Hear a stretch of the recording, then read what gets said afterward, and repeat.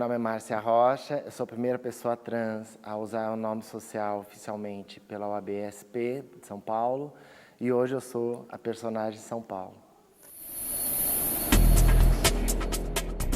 Eu me identificava com o feminino desde muito nova, desde muito pequena, 4, 5 anos.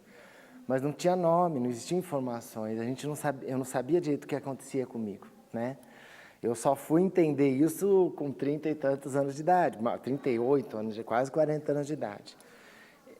Não havia informações, era regime militar, 1968, 69, 70, então não tinha informação, não tinha... Eu me identificava com o feminino, eu andava com as meninas, eu queria estar com as meninas, ali era meu lugar na escola, por exemplo.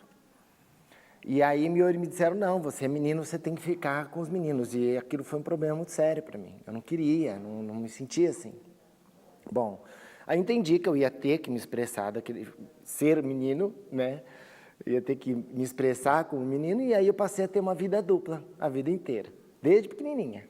Então eu tinha uma vida na escola de menino, na família, no trabalho, nas relações sociais todas, e tinha uma outra vida minha, eu comigo, que sempre que eu podia, eu me maquiava, eu usava roupas, pegava roupas da minha mãe, da minha irmã, enfim, a vida inteira foi assim. Mas, sem dúvida, eu acho que o instinto de proteção do meu pai foi maior, foi o que mais pesou em me convencer, tanto que ele nunca me reprimiu. Ele nunca chegou e falou, que absurdo, ele falava, ele entendia.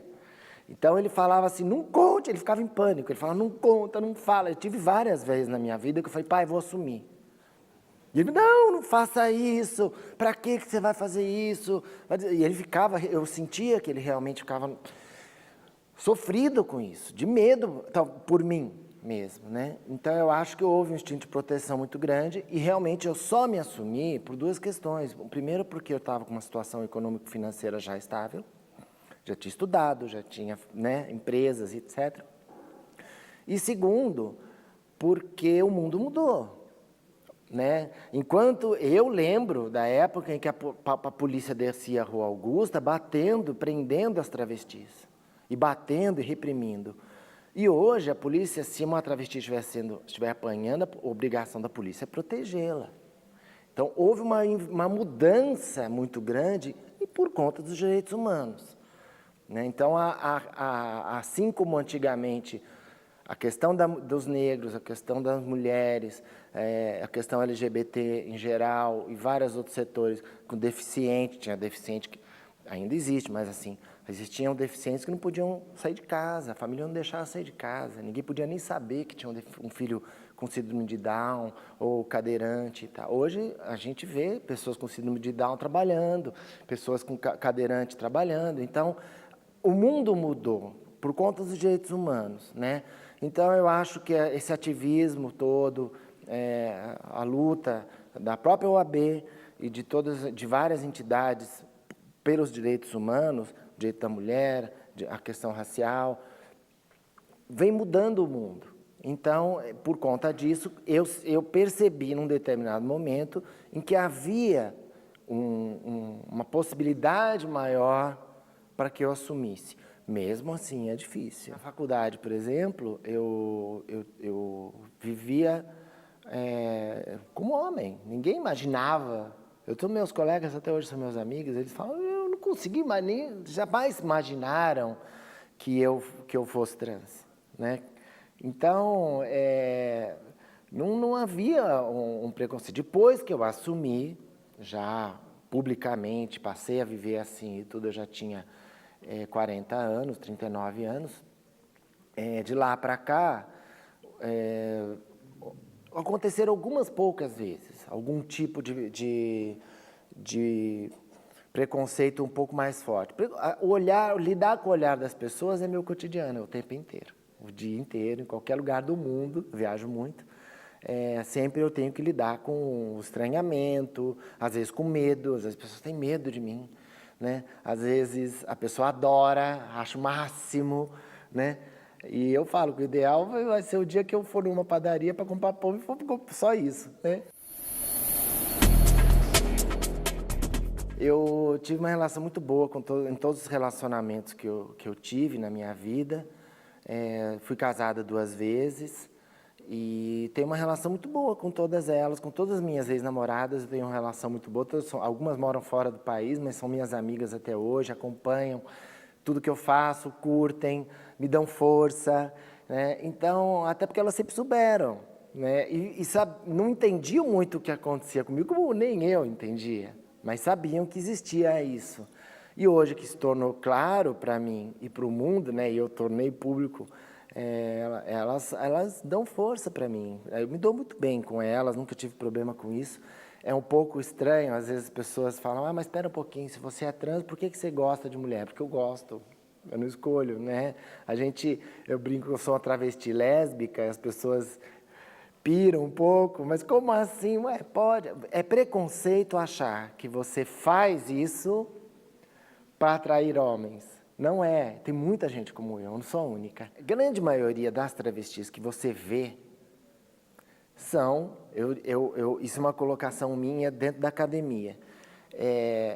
Você tem 2 questões, uma identidade de gênero e a outra orientação sexual.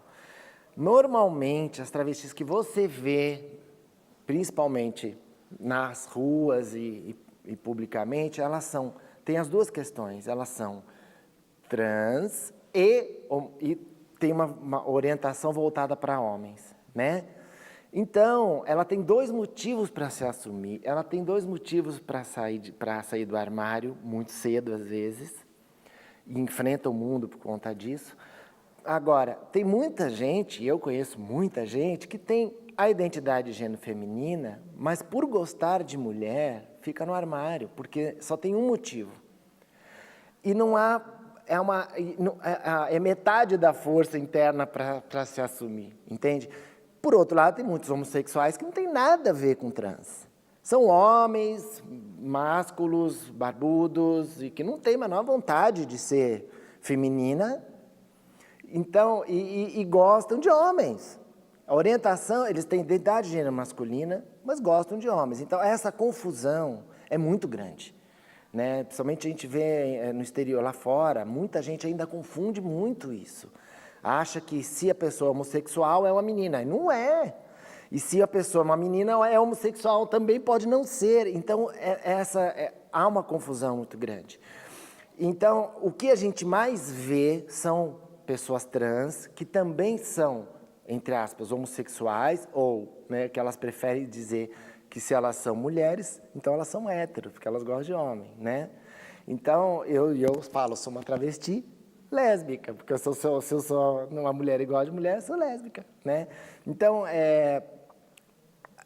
essas são coisas diferentes, que muitas vezes andam junto, e quando andam junto aparecem mais. Então, reforça essa ideia de que são coisas ligadas. Eu fui casada 2 vezes, né? Mas hoje estou num terceiro relacionamento. Agora, ela já era ativista e é lésbica, assumida. Então, para ela já estava acostumada a lidar com preconceito. Então, estar hoje com uma travesti, acontecem 2 coisas. Por um lado, ela percebe o quanto é maior o preconceito com uma travesti. E, ao mesmo tempo, ela tem que lidar com isso, porque também respinga nela, né? Às vezes até lésbicas, amigas dela, perguntam, mas como? Né? Então, mas ela lida bem, porque ela é ativista, ela é do ramo, né? Então, é tranquilo. E quando eu resolvi, falei, filha, eu vou assumir. Ah, você sempre foi assim. Não, mas agora todo mundo vai saber. Aí ela teve uma fase um pouco de crise, porque os amigos iam saber, né? Mas foi muito pouco tempo, porque em pouco tempo os amigos estavam achando o máximo, as amigas vinham pedir dica de maquiagem para mim, então, logo ela viu que tudo bem, né? Mas não é fácil. Às vezes as pessoas me perguntam, agora você é advogada, agora você está... Eu falo, gente, eu sou advogada há 30 anos, né? Eu sempre fui advogada, a minha vida inteira praticamente, desde os 23, 24 anos de idade. Então, agora eu sou uma advogada trans, eu era advogada já. Eu optei pelo direito mais por causa da família e dos negócios mesmo, né? Não foi por paixão pela advocacia na época. Eu acho que eu até brinco que hoje a paixão pela advocacia está muito maior do que era antigamente. Minha especialidade enquanto advogado era contratos imobiliários. Minhas empresas são do ramo imobiliário, a maioria. Então, meu foco sempre foi contratos. Então, eu não exercia a profissão, vamos dizer, para terceiros, em juízo e tal. Tive algumas questões durante a minha vida, mas poucas. Hoje, eu estou advogando mais, né? Até por conta do ativismo também, até por conta de pessoas que me procuram com problemas sérios, que eu sei que um advogado que não é do meio, não vai ele mesmo ter preconceito, não vai saber lidar com a questão da mesma forma que eu, né? Porque eu entendo o que acontece. Tenho mais ferramentas, vamos dizer assim, para lidar com o assunto. Então, eu tenho advogado e tenho tido experiências muito boas. Então, hoje eu acho que eu tenho uma paixão maior, minha paixão pela advocacia aumentou nos últimos tempos. Tem havido uma confusão, é bom explicar um pouco a diferença entre o nome de registro e o nome social. Eu não mudei meu nome de registro e não quero mudar. Essa é uma questão muito importante, porque o que acontece, e sempre, há muito tempo que existe a possibilidade de você entrar em juízo, principalmente sendo trans, e pedir a mudança do nome. Aí você muda o seu nome e o seu sexo no documento e passa a ter todos os seus documentos com nome feminino. Eu não queria fazer isso, até porque eu tenho uma filha, como é que ia ficar o documento dela? Né? Então, ia ficar com duas mães, ou, enfim, ia ser uma complicação a ser resolvida. Eu tenho várias empresas, eu tenho imóveis, então a quantidade de documentos que eu ia ter que modificar era muito grande, eu não tinha necessidade disso. Né? Só que, fazendo parte da Comissão da Diversidade Sexual da OAB, eu tenho feito palestras pelo Brasil inteiro, até fora do país, representando a comissão da Ordem dos Advogados de São Paulo. E Márcia Rocha, óbvio, eu tenho essa imagem.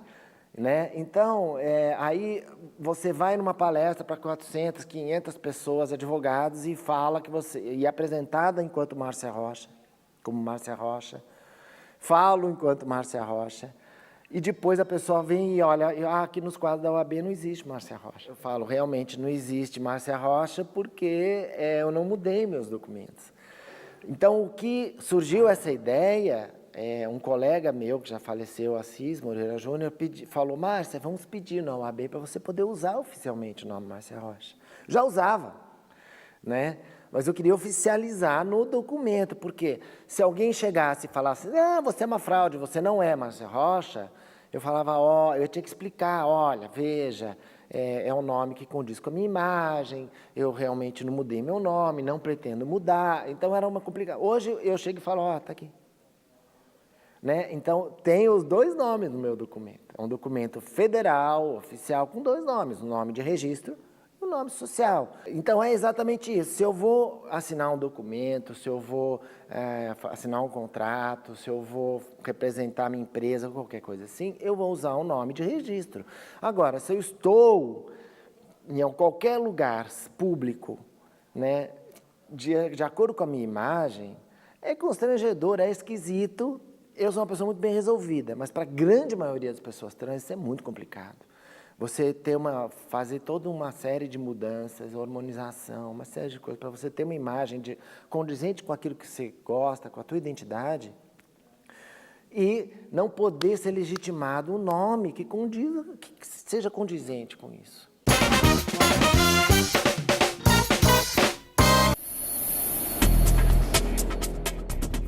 Lidar com tudo isso foi uma fase conturbada, uma fase difícil, mas, por outro lado, eu entrei no ativismo, já estava, na verdade, um pouco no ativismo, mas aí entrei de cabeça e comecei a ver resultados. Então, pessoas me procurarem e falar, você salvou a vida do meu filho. Né? Ou pessoas trans falam, eu tinha muita dúvida, você tirou todas as minhas dúvidas, agora eu tenho mais coragem para viver. Então, projetos que nós criamos, como Transempregos também, então, que deram resultado, é muito gratificante, né? Eu, enquanto empresária, eu posso ganhar dinheiro, sei ganhar dinheiro, soube ganhar dinheiro na minha vida em várias situações, mas nunca foi tão gratificante quanto hoje coisas que acontecem na minha vida e que eu vejo um resultado para a coletividade muito maior. Então é muito mais gratificante para mim, valeu a pena, sabe? Com todas as dificuldades, eu pesando, eu digo que valeu a pena. Há 10 anos atrás, quando eu entrei no ativismo, advogados falavam que era muito difícil conseguir mudar o nome na justiça, né? Muito difícil. Quando eu entrei na comissão da OAB, acho que há 6, 7 anos atrás, mais ou menos, falava-se que era muito difícil o Ministério Público concordar com uma mudança de nome. Hoje, no estado de São Paulo, é muito difícil não concordar. Então, veja, em 6, 7 anos, a mudança foi muito forte, muito grande. E eu consegui hoje, dentro da OAB, o uso do nome social. Foi aprovado por unanimidade no Conselho Federal. Então, a mídia ajudou muito nisso. Eu acho que a conscientização, porque preconceito é ignorância pura. Você não conhece a pessoa e você já está julgando. Preconceito, está criando um conceito sobre ela sem conhecer. A partir do momento que se mostra, e isso é uma das coisas que eu faço, que existem outras possibilidades, que existem pessoas que são corretas, que trabalham, que geram renda, que pagam impostos e que são trans, você quebra aquela imagem negativa quanto a pessoas trans, né?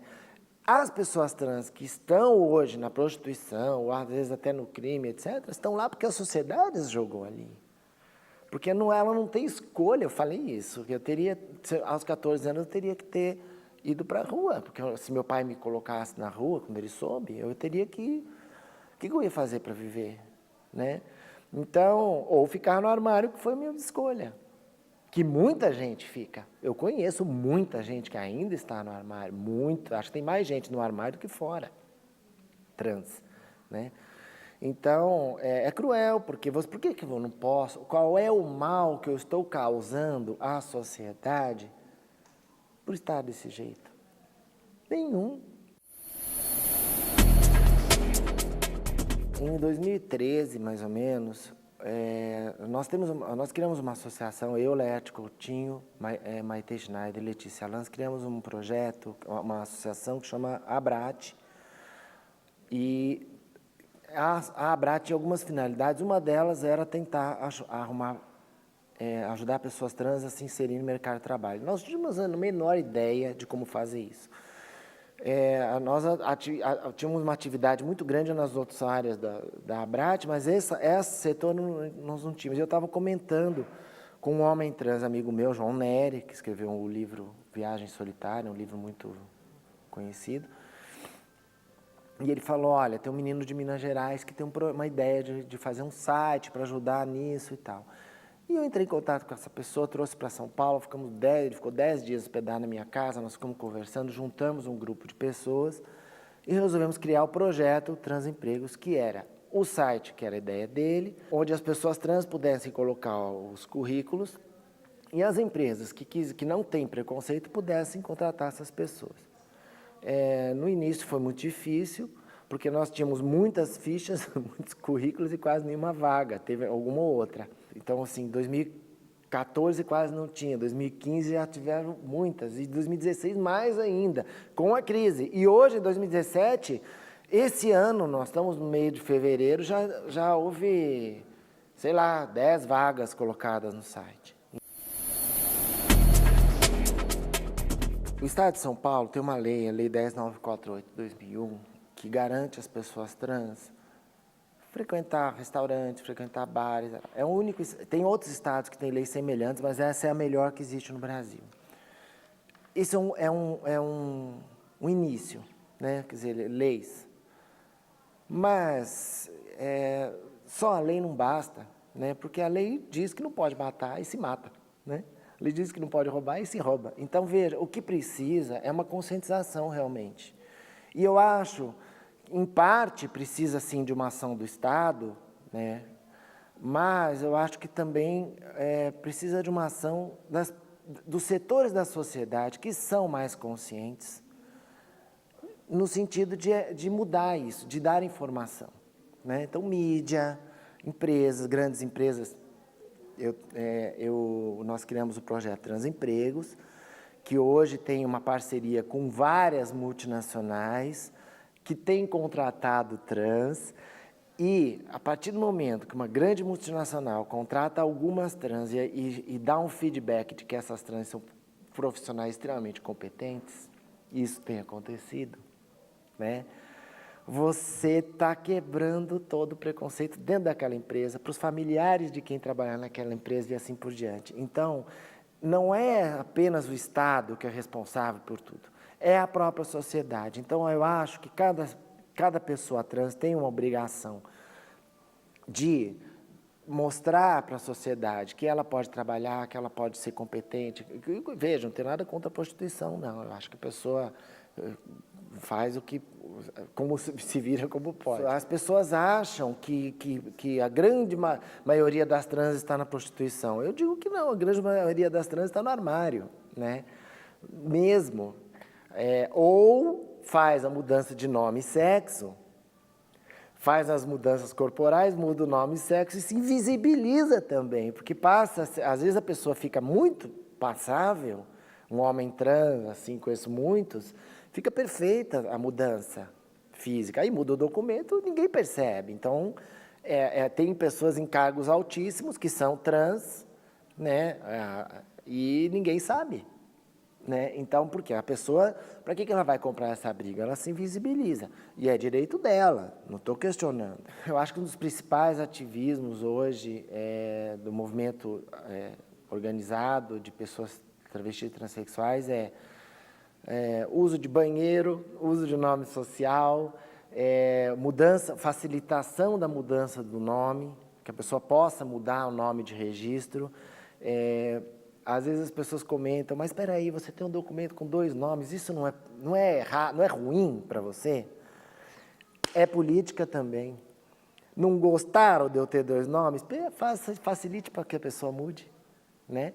A pessoa tem que entrar na justiça, às vezes ela não tem dinheiro para pagar advogado, a defensoria às vezes não dá conta, porque a defensoria pública faz, mas demora e às vezes não tem gente preparada, capacitada direito, plenamente capacitada para fazer essa demanda.